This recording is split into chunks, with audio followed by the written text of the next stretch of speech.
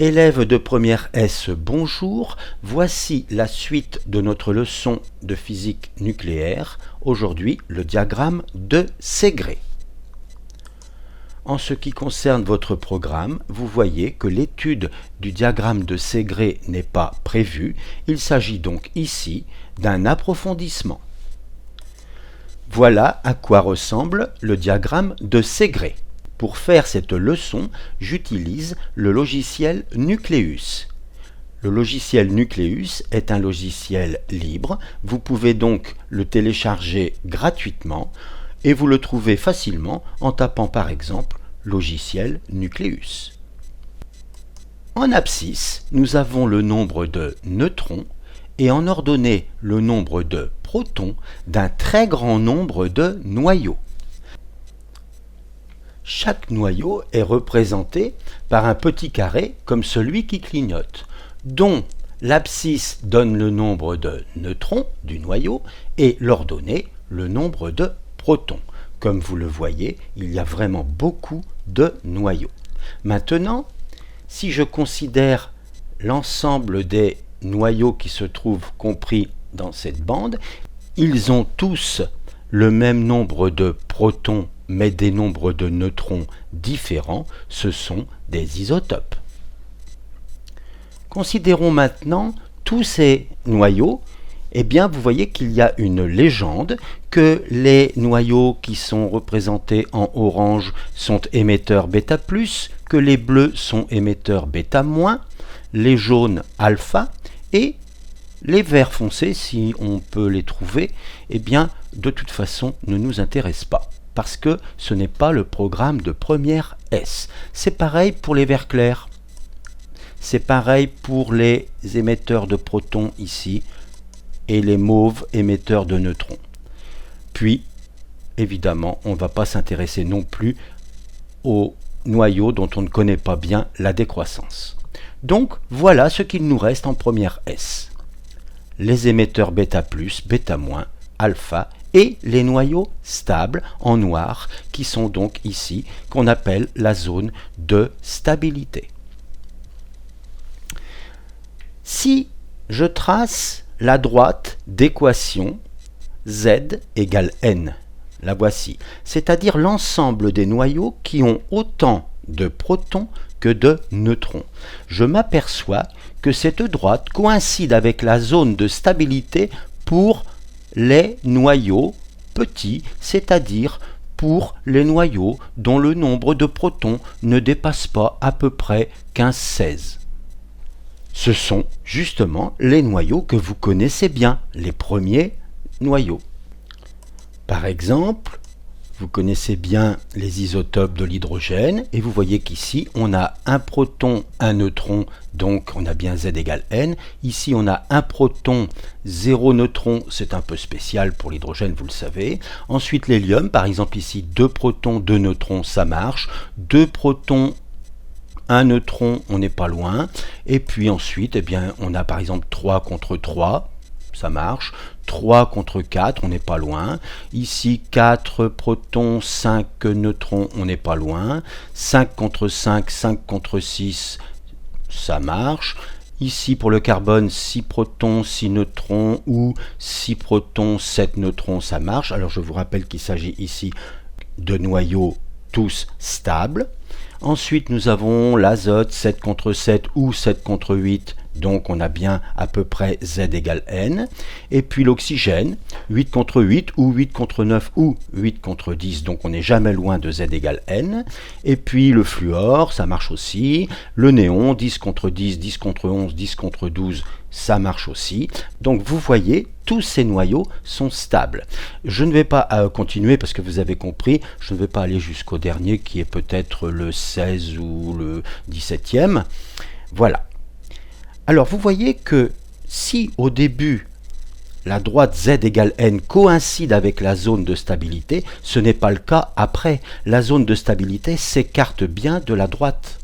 C'est ainsi que dans une leçon précédente, sur la désintégration β+, on avait remarqué que l'iode 124, émetteur β+, avait trop de protons.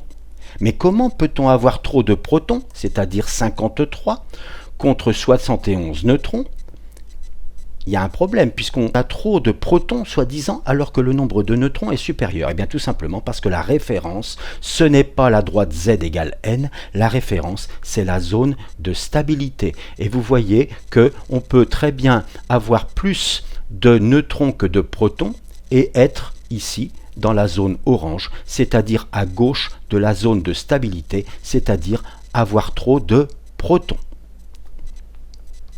Maintenant, l'ensemble des nucléides qui se trouvent dans le rectangle fuchsia va être zoomé.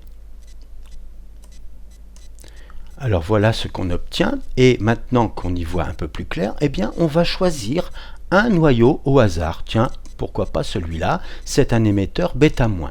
Alors on va encore zoomer, et vous voyez, il s'agit du prométhium 158. Question, écrire le devenir du prométhium 158. On va encore zoomer. Voilà. Et là, on va écrire que, puisqu'il s'agit d'un émetteur β-, alors le prométhium va se désintégrer en émettant une particule β-, c'est-à-dire un électron. Et on écrit donc l'équation de la réaction nucléaire et on obtient le samarium 158. Le samarium 158, il est là. Autrement dit, dans une émission β-, le fils, il se trouve une case plus haut et une case à gauche du père.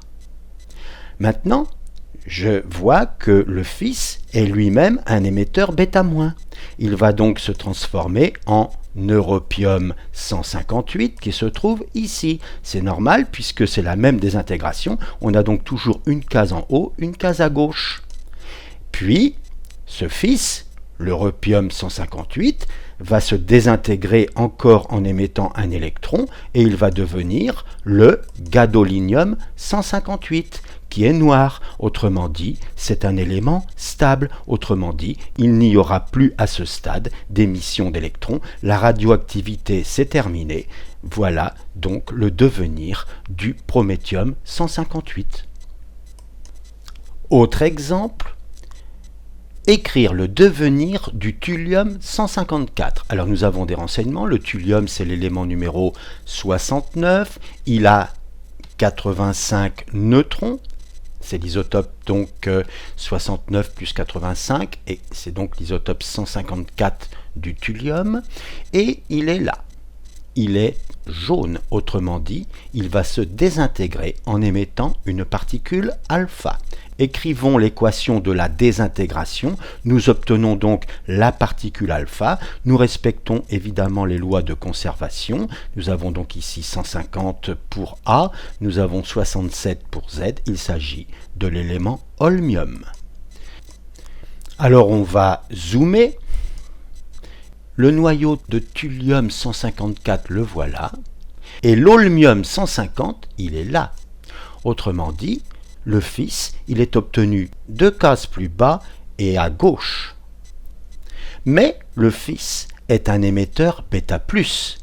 Alors, évidemment, l'holmium 150 va émettre un positron et on va obtenir, en respectant les lois de conservation, A égale 150, Z égale 66, il s'agit de l'élément dysprosium. Mais où est le dysprosium 150? Il est là. Autrement dit, le fils est obtenu, lors d'une émission β+, une case en bas et à droite. Le voilà. Maintenant, le dysprosium 150 est un émetteur β+. Autrement dit, le fils, on l'aura ici. Ce sera le terbium 150. Mais le terbium 150 est un émetteur β+. Son fils sera donc le gadolinium 150. Le gadolinium 150 est un émetteur alpha. Donc le fils sera obtenu 2 cases plus bas et à gauche. Ce sera le samarium 146. Le samarium 146 est un émetteur alpha. Autrement dit, son fils sera obtenu 2 cases à gauche et 2 cases plus bas. Ce sera le néodyme 142. Mais le néodyme 142 est stable. Autrement dit, maintenant, la radioactivité, c'est fini. la radioactivité s'arrête, l'élément est stable. Voilà le devenir, en résumé, du thulium 154. Voilà, la leçon est terminée. La prochaine fois, nous verrons la notion d'activité. À bientôt!